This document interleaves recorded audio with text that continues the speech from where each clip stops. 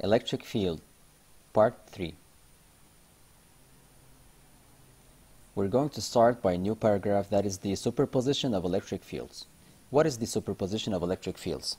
We'll start by a simple example. Assume that we have two punctual charges. The first placed at A, Q1 positive, and the other placed at B having a charge Q2 is negative. Q1 and Q2 create in their vicinities electric fields. We want to study the electric field at a point M. The electric fields created by Q1 and Q2 in the space around them will superpose, in particular at point M.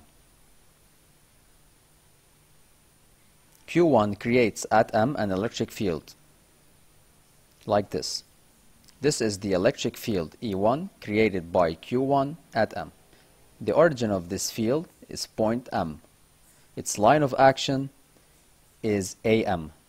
Its direction is away from Q1 since Q1 is positive.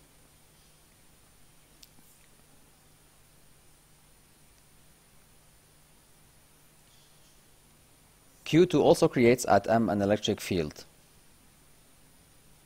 but Q2 is negative. Its electric field at M is towards the charge Q2. This is the electric field E2 created by Q2 at point M. So now we have a superposition of two electric fields at point M. What is the resultant field from this superposition? Since it is a superposition of two vectors, the resultant vector is the vector sum of them. The resultant field at point M is equal to E1 plus E2. What is the significance of such addition? EM is the diagonal of the parallelogram formed by E1 and E2. We draw the parallelogram formed by E1 and E2. The resultant field at M will be the diagonal of this parallelogram. The resultant field at M is due to the superposition of two electric fields, E1 and E2, created by Q1 and Q2 respectively. How can we determine the magnitude of the resultant field at M? We use some geometrical properties. Now what if we have a distribution of several charges, Q1 at A1, Q2 at A2, Q3 at A3, Q4 at A4, etc. We want to determine the electric field created by all these charges at a point M, for example. What do? We represent the electric field created by Q1 at M and those created by Q2, Q3, and Q4, etc. Hence, we obtain the electric field at M. EM is equal to the vector sum of the electric fields E1, E2, E3, and E4, etc. created by Q1, Q2, Q3, Q4, etc. Then we write the resultant electric field at M is the vector sum of all the electric fields that superpose at point M that were created by Q1, Q2, Q3, Q4, etc. Let's take an example. We need to determine the resultant electric field vector at a point M that is due to the superposition of the electric fields created by point charges Q1 and Q2.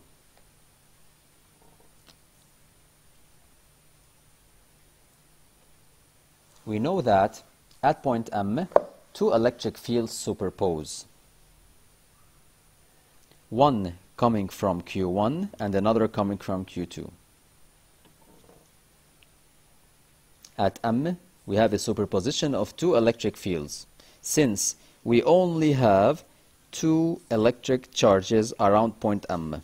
Each charge will create its electric field at M. So two electric fields superpose at M.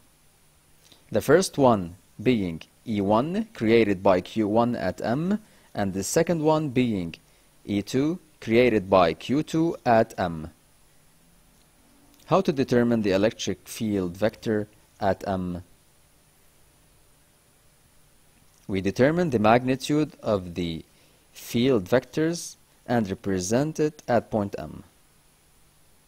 E1 is the electric field created by a punctual charge, so its formula is K times Q1, since Q1 creates this field at M, over the square of the distance between the charge and the considered point, which is AM squared. So 9 times 10 exponent 9 times 10 exponent minus 9 over 2 times 10 exponent minus 2 squared. This is equal to 22,500 volts per meter in the SI unit system. This is the magnitude of the electric field vector E1 created at point M by the punctual charge Q1. Now let's draw this vector. Q1 is positive. Is its electric field towards Q1 or away from it? Q1 is positive, so its electric field is directed outward. This is the electric field E1 created by Q1 at point M. The electric field E2 created by Q2.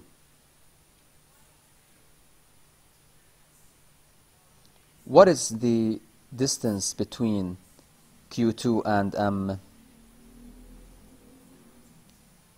It is Bm, so we write Bm squared.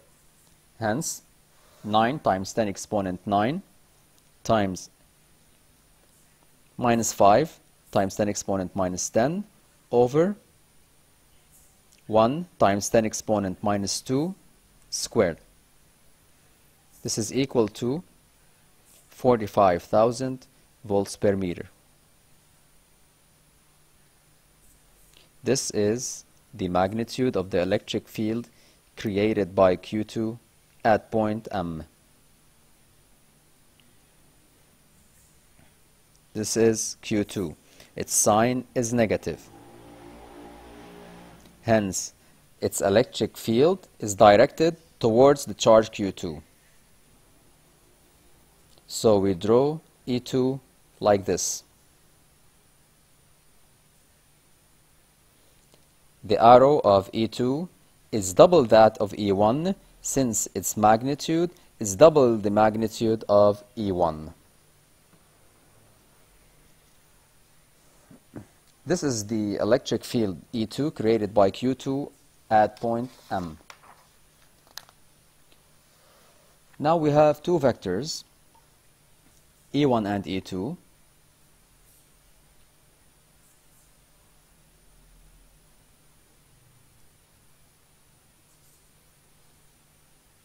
These are parallel vectors and have the same direction. Hence, the resultant field vector at M is parallel to these two vectors and has the same direction, where its magnitude is E1 plus E2. The answer is 22,500 plus 45,000. The answer is 67,500 volts per meter. This is E at point M. This is the electric field vector at point M. It has the same direction as E1 and E2, where its magnitude is the sum of the magnitudes of E1 and E2. In this application, we're going to determine the resultant electric field at point N created by the charges Q1 and Q2, 10 exponent minus 9 coulombs and minus 5 times 10 exponent minus 10 coulombs respectively, placed at points A and B. AB is 3 centimeters and N is 1 centimeters away from Q2. How many electric fields superpose at N? We have 2 punctual charges, so 2 fields will superpose at N. One created by Q1 and the other created by Q2. So you write E1 plus E2. To determine the magnitude of the resultant electric field, we first find the magnitudes of E1 and E2, then draw these 2 vectors to know the resultant field vector.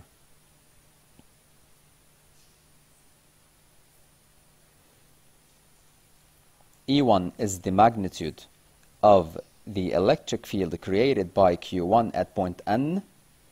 Then it is K times Q1 over the distance AN squared.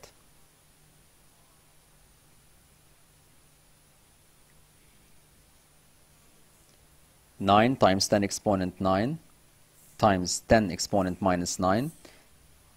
AN squared is 3 plus 1, which is 4 times 10 exponent minus 2 squared. The result is 5,625 volts per meter.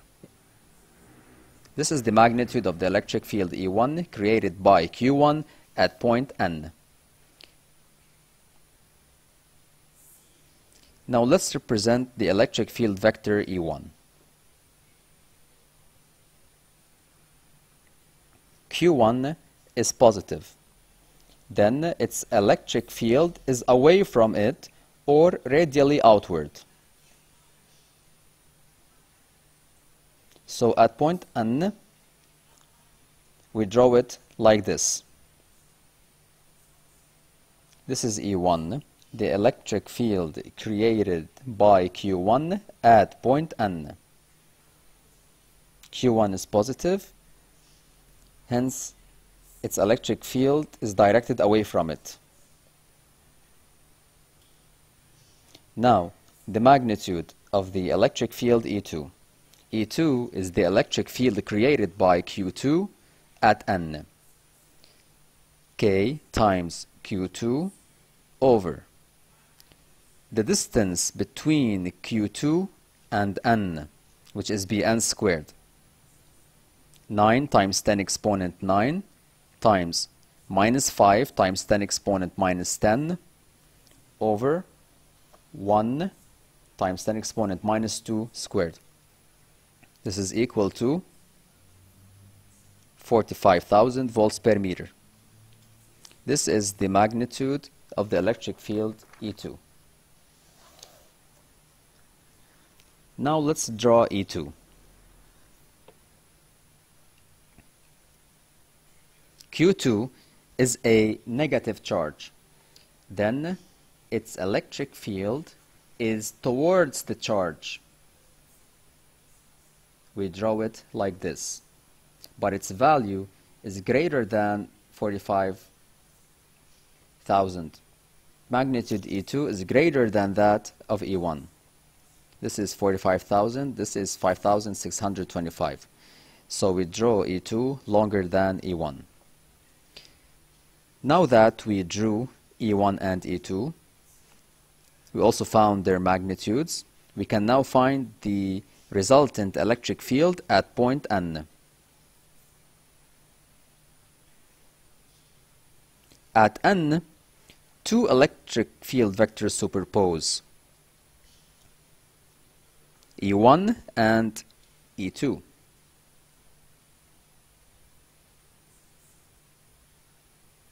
The resultant electric field is parallel to these vectors since the vectors are parallel, but because these vectors have opposite directions, hence the resultant will be directed towards the vector having the bigger magnitude, which is E2.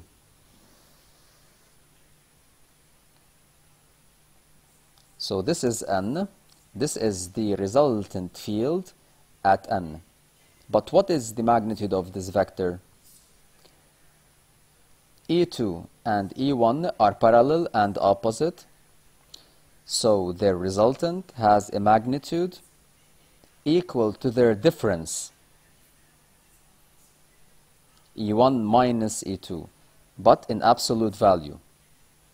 This is equal to 45,000 minus 5,625. The answer is 39,375 volts per meter.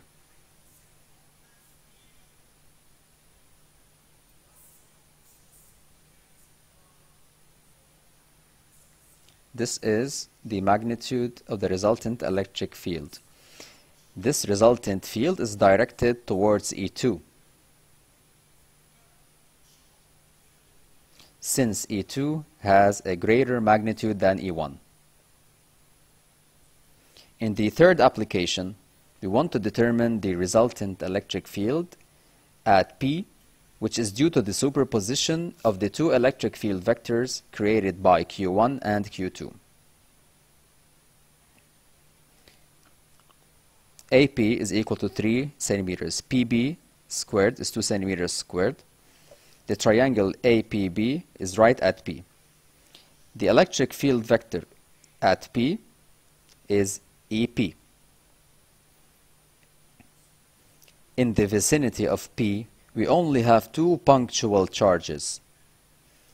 Hence, at P, only two electric fields superpose. E1 coming from Q1 and E2 coming from Q2.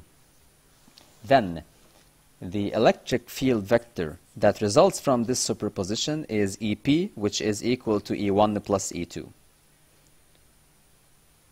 To determine EP, we first need to find the magnitudes of E1 and E2.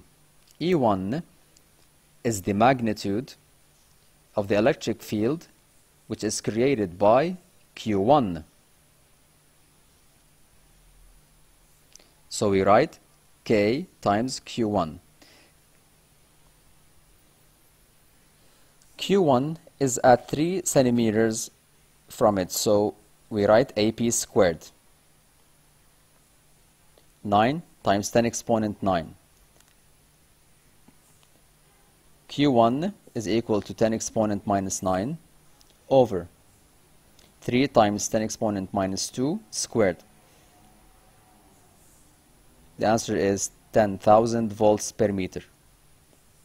This is the magnitude of the electric field E1. Now let's draw this field vector. Q1 is positive.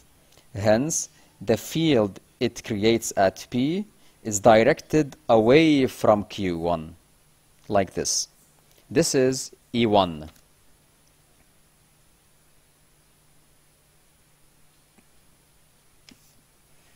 Now the magnitude of the electric field E2, which is the electric field created by Q2 at P, is KQ2 over BP squared. 9 times 10 exponent 9. Q2 is minus 5 times 10 exponent minus 10 over 2 times 10 exponent minus 2 squared. The result is 11,250 volts per meter. This is the magnitude of the electric field E2. Now we want to draw E2. Note that Q2 is negative. Then its electric field is towards Q2, like this.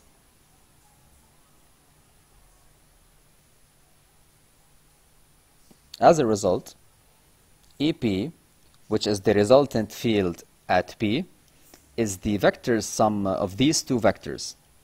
Hence, we complete the parallelogram created by E1 and E2, which is a rectangle. This is the resultant electric field vector at P, which is EP. Now, how to determine its magnitude? Knowing that E1 is equal to 10,000 volts per meter and E2 is equal to 11,250 volts per meter. How much is EP? Consider the following triangle. This triangle is a right triangle. The sides of this triangle are 10,000 and 11,250 volts per meter. As a result, we can now find the length of EP. So by Pythagoras' theorem, the hypotenuse squared is equal to the sum of the square of the sides in this right triangle. That is to say, E1 squared plus E2 squared. EP is equal to radical 10,000 squared plus 11,250 squared. The result is 15,052 volts per meter. This is the magnitude of the resultant electric field at P.